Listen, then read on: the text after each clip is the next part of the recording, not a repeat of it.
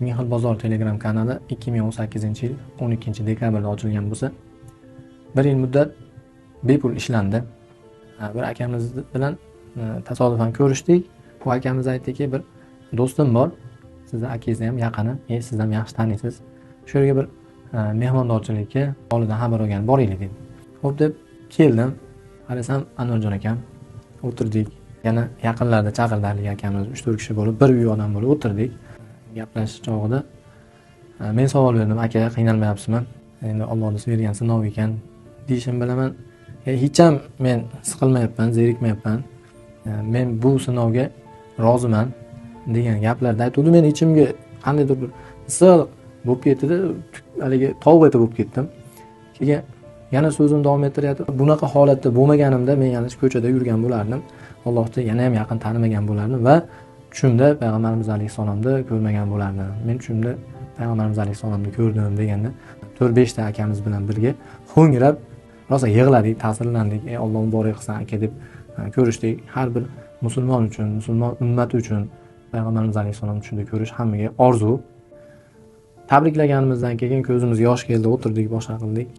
Men akamning oldiga ertasi kuni yana bormoqchi bo'ldim. Keldim, yana telefon qilib, aka oldingizga borsam bo'ladimi deb ruxsatini oldim. Keling dedi, kelib o'tirib ozgina gaplashgandan keyin aka, shu Mehil bozor kanalini 1 yildan beri yuritaman. Hali pullik bo'lmadi. Pulli qilishimiz kerak, birga ishlashimiz kerak. Sizga o'rgatib qo'yaman deb darrov 3 kun ichida Telegramda e'lon joylash, muloqot qilishlarda o'rgatdim. Anvarjon akam bilan ishimizni boshidan duolar qilib boshladik. Allohga shukr. Juda ham ko'p odamlarning duosi qatorida Anvarjon akamning duosi kanalimizga qo'shgan hissasi sababli mana shu kungacha ham ishlab kelyapti. Anvarjon akam bilan 5 yil birgalikda ishladik. Akam mana 2015-yil avtohalokatga uchrab 20 dan ortiq joy singan, hatto doktorlar 5 kun ichida o'lib qoladi deganda ham mana Alloh umrini uzoq qilgan ekan. Shunaqangi bir sinovlar bilan mana shu xonadonida, xonasida o'zi tek turmaydi. Birga mana 5 yil ishladik, adminlik qildi. Xudo xolasa yana birga ishlaymiz. Endi hozir shu Anvarjon akamni davolatish uchun Toshkentda davolanadi. Shuning uchun sizlardan iltimos, o'tinib so'rayman. Ihson beruvchilar va zakot beruvchilar bo'ladigan bo'lsa, ayni muddao, ayni o'rni mana 10 yildan beri Allohga bir nadomat qilmasdan, bir malomat qilmasdan, imkoniyatidan foydalanib, o'zi shu telefonida ishlab, farzandlarini, oilasini boqish uchun ham katta kuch-qudrat, bir g'ayrat kerak. Avvalo akam charchamadi shu kungacha. Xudo xolasa inshaalloh hammasi zo'r bo'ladi aka. Undan keyin ham Toshkentda bor ekan-a?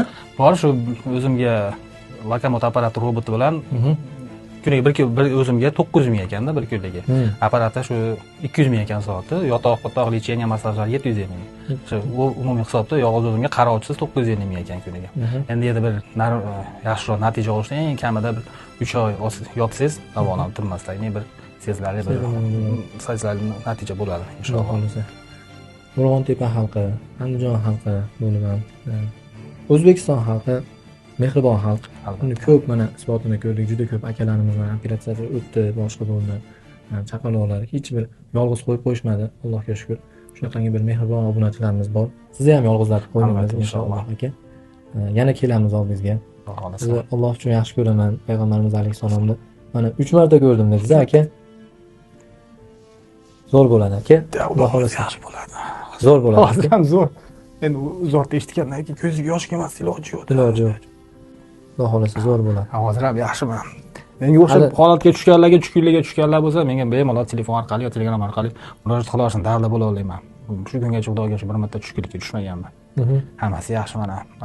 Nolimayman, nolishdan Allohdan qo'rqaman. Baxtliman Xudoga, yaxshi ham yo'q.